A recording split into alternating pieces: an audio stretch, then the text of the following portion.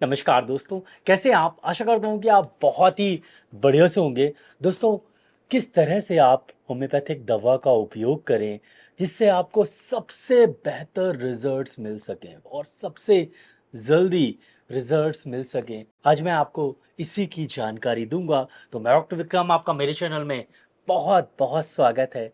तो चलिए शुरू करते हैं।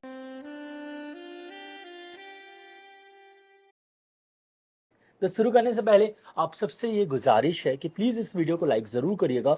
चैनल को अभी तक आपने सब्सक्राइब नहीं किया है तो प्लीज़ सब्सक्राइब करें, बेल आइकन को ज़रूर से दबाएँ। मैं ऐसे ही वीडियोज़ लाता रहता हूँ। मेरा ईमेल आईडी kirtivikramsinghparihar@gmail.com है, तो वहाँ पर जाके आप मेल कर सकते हैं।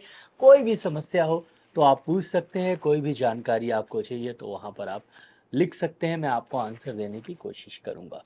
चलिए टॉपिक की तरफ चलते हैं और देखिए सबसे पहले आपको जानना होगा कि होम्योपैथिक मेडिसिन कितनी प्रकार की होती है। तो मुख्यतः प्रमुखतः ये 3 प्रकार की होती हैं। पहली डाइल्यूशंस, दूसरी मदर टिंचर और तीसरी बायोकेमिक साल्ट या ट्राइचुरेशन टैबलेट्स। इसके अलावा 50 मिलीसिमल में 0/1 पोटेंसी की भी कुछ मेडिसिन आती हैं, लेकिन उस टॉपिक पे मैं अभी आज नहीं जाऊंगा, फिर कभी आपको जानकारी दूंगा। तो दोस्तों, होम्योपैथिक मेडिसिन सबसे पहले एक एग्जांपल देता हूँ कि अगर आपको नीम की होम्योपैथिक मेडिसिन बनानी है तो आपको नीम के पत्ते को जो है वो ईएनए में उसका बढ़िया से मोटर पेस्टल में नीम के पत्ते को अच्छे से उसे घोलना होगा। और ये एग्जांपल है, ये पूरी तरीके से मतलब होम्योपैथिक फार्माकोपिया पे बेस्ड नहीं है, सिर्फ एक एग्जांपल देने के लिए मैं जानकारी दे रहा हूँ। तो होम्योपैथिक फार्माकोपिया में जो रेशियो लिखे होंगे हो सकता है कि वो अलग हो। तो नीम की पत्ती को आपको मोटर पेस्टल में अच्छे से उसे पीसना होगा और उसके बाद ईएनए में उसे जो रेशियो मेंशन होगा होम्योपैथिक फार्माकोपिया में या होम्योपैथिक फार्मेसी में, तो उस रेशियो से आपको वो ईएनए डालना होगा और उसमें मेंशन होगा आप कितने दिन तक किस एटमॉस्फेयर में वहाँ पर उस जो जार है जहाँ पर आपने उसको डाला हुआ है ईएनए को, और साथ ही साथ जो नीम है उसको, जो घुटा हुआ नीम है उसको, वो कितने दिन तक रखना है वो सब मेंशन रहता है। और उसके बाद वो मदर टिंचर बन जाता है। तो नीम का मदर टिंचर मतलब एज़ाडिरेक्टा इंडिका मदर टिंचर बन जाता है। ये एक एग्जांपल दे रहा हूँ। उसके बाद आप डाइल्यूशन बनाते हैं। डाइल्यूशन भी जो भी फार्माकोपिया होम्योपैथिक फार्मेसी में जो लिखा रहता है उस आधार पे उसके डाइल्यूशंस 1 2 3 4 30 200 आप बनाते हैं और उसे हम एज़ाडिरेक्टा 30 या 200 बोलते हैं। तो जो आप डाइल्यूशन बनाते हैं फार्मेसी होम्योपैथिक फार्मेसी के अकॉर्डिंग, उसे हम होम्योपैथिक डाइल्यूशन बोलते हैं और जो मदर टिंचर आपने बनाया वो मदर टिंचर है। इसके अलावा हम बायोकेमिक साल्ट्स और अलग-अलग होम्योपैथिक मेडिसिन को शुगर ऑफ मिल्क में ट्राइचुरेट करके भी अलग-अलग पोटेंसी बनाते हैं अकॉर्डिंग टू होम्योपैथिक फार्मेसी। तो हमारे पास मुख्यतः डाइल्यूशन होता है, होम्योपैथिक मदर टिंचर होता है और होम्योपैथिक ट्राइचुरेशन टैबलेट्स होती हैं। तो इनकी जो पोटेंसी होती है, मदर टिंचर हम ज़्यादातर सिर्फ मदर टिंचर नाम से जानते हैं या आप कॉमनली क्यू बोल देते हैं उसे, जैसे आर्निका क्यू या रक्सटॉक्स क्यू। हालांकि वो क्यू नहीं है लेकिन फिर भी बोला जाता है। उसी का फिर डाइल्यूशन आता है। डाइल्यूशन मोस्टली 6 CH पोटेंसी में, 30 CH पोटेंसी में, 1 M पोटेंसी में, 200 पोटेंसी में आता है। जैसे आर्निका 30, 200, 1 M, 10 M। तो ये डाइल्यूशंस आते हैं। तो हमारे पास डाइल्यूशंस आ गए, साथ ही साथ मदर टिंचर भी आ गई। उसके बाद ट्राइचुरेशन टैबलेट्स भी आ गए जो कि ज़्यादातर Calcarea for 6X, Calcarea floor 6X वो आती है। तो इन मेडिसिन को आप एज अ डॉक्टर सिम्टम्स देखकर मेडिसिन को पेशेंट को देते हैं। तो किस तरीके से दें जिससे आपके पेशेंट को सबसे ज़्यादा असर हो? ऐसा कौन-सा तरीका है जिसको जिस तरीके से, जिस वे से देने से पेशेंट को असर हो? मैं यहाँ पर डोज़ेज़ की बात नहीं कर रहा हूँ कि कितने बार देना है, मैं ये बोल रहा हूँ कैसे देना है कि सबसे ज़्यादा पेशेंट को असर हो। तो इसके 3-4 तरीके हैं। सबसे पहले हम डाइल्यूशन की बात करते हैं। मदर टिंचर का तो एक ही तरीका है, लेकिन डाइल्यूशन मेन है। तो डाइल्यूशन को आप ग्लोब्यूल्स में दे सकते हैं। ग्लोब्यूल्स शक्कर से बनती है मोस्टली और छोटी-छोटी गोलियाँ होती हैं, अलग-अलग नंबर में आती हैं, जैसे 30 नंबर हो गए, 60 नंबर हो गई, अलग-अलग नंबर, अलग-अलग साइज़ में ग्लोब्यूल्स आती हैं। ग्लोब्यूल्स की प्रॉपर्टी होती है कि जो डाइल्यूशन है, जब आप डाइल्यूशन को ग्लोब्यूल्स में डालेंगे तो ग्लोब्यूल्स उसको पूरी तरीके से सोख लेती है। ये उसकी प्रॉपर्टी होनी चाहिए और सोखने के बाद वो घुलनी नहीं चाहिए। अगर वो घुलती है तो इसका मतलब ग्लोब्यूल्स सही नहीं है। तो पहला तरीका ये है कि आप ग्लोब्यूल्स में डाइल्यूशन को डाल के, मान लीजिए 1 ग्राम का फाइल है, उसमें आपने ग्लोब्यूल्स को मिलाया और डाइल्यूशन डाली 10 से 15 बूंद, और उसके बाद ग्लोब्यूल्स को आपने पेशेंट को दिया। कैसे दिया ये आपके ऊपर है। आप 6 गोली दिन में 3 बार दे सकते हैं। बड़ा ग्लोब्यूल्स है तो 2 गोली दिन में 3 बार दे सकते हैं, 1 बार दे सकते हैं। ये आज मैं इस पे डिस्कस नहीं कर रहा हूँ कि डोज़ क्या होना चाहिए। तो आपने ग्लोब्यूल्स दिया, उसको लेने का तरीका बहुत सिंपल होता है। सीधा जैसे डॉक्टर ने बोला 6 गोली दिन में 3 बार, तो आपको ढक्कन में ही उस जो फ़ाइल है उसके ढक्कन में ही 6 गोली डालनी है और उसके बाद मुँह में डाल के चूसना है। तो ये तरीका क्या बहुत ज़्यादा तेज़ है या इससे भी तेज़ कोई तरीका है? तो हाँ, इससे भी कोई तेज़ तरीका है। दूसरा जो तेज़ तरीका है वो है सूंघना।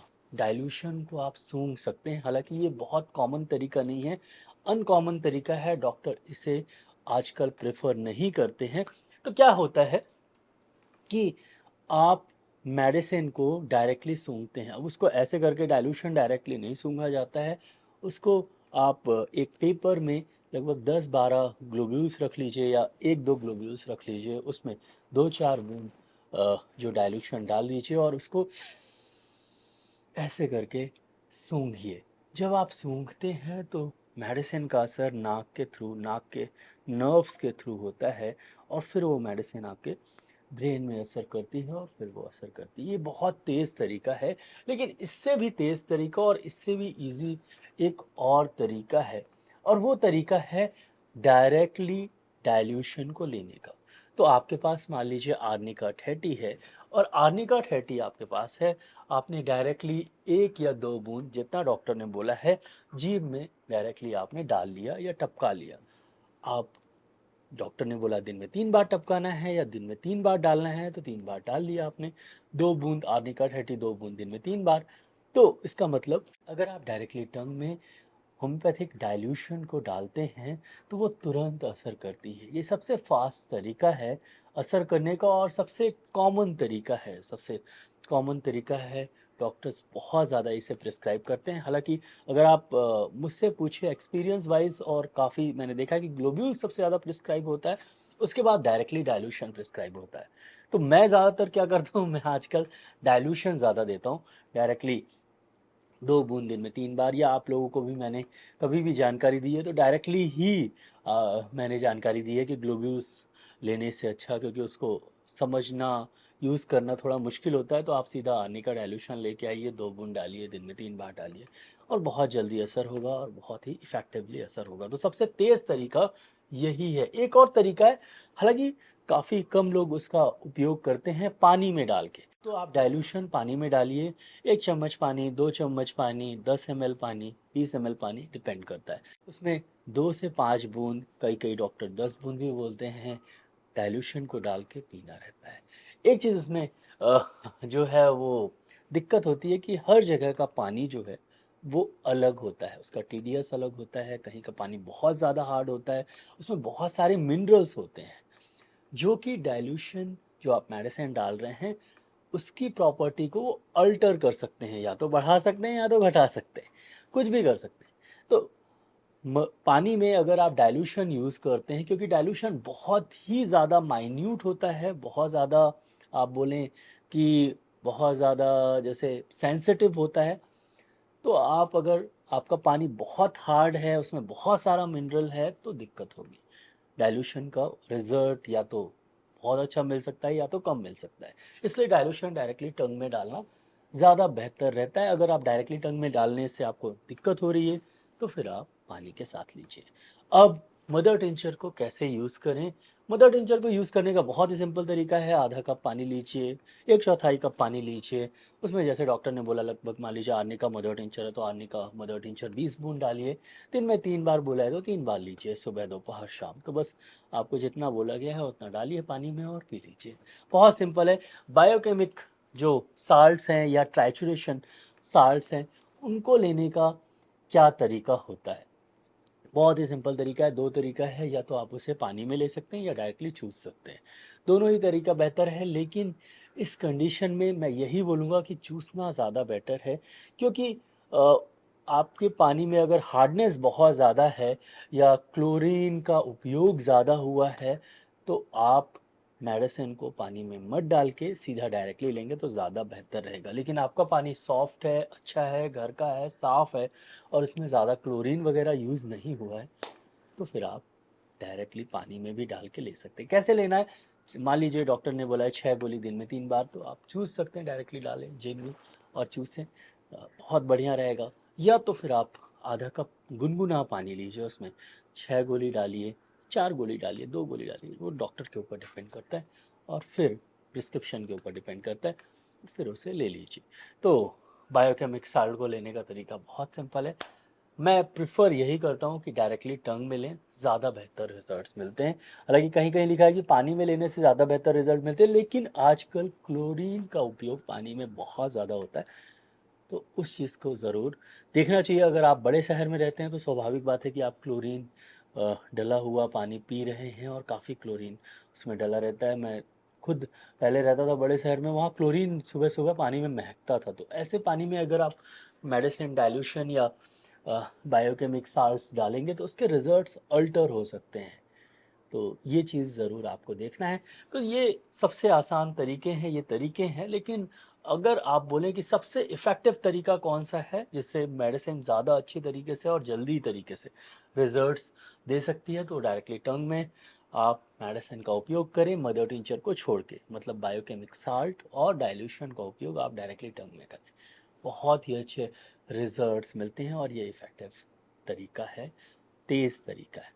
दोस्तों, आशा करता हूँ कि आपको ये वीडियो अच्छा लगा हो। अगर अच्छा लगा हो तो प्लीज़ वीडियो के नीचे एक लाइक का बटन दिया गया है तो उसको दबाना बिल्कुल भूलिएगा। यहाँ पर एक रेड कलर का सब्सक्राइब का बटन दिया गया है तो उसको भी दबा दीजिए। उसके बगल में एक बेल आइकन है तो उसको भी दबा दीजिए। मैं ऐसे ही knowledgeable homeopathic related, disease related videos लाता रहता हूँ, तो उसको देखने के लिए मेरे चैनल को सब्सक्राइब करना बहुत ज़्यादा ज़रूरी है। दोस्तों, नीचे एक शेयर की बटन दी गई, ज़रूर इस वीडियो को शेयर करिएगा।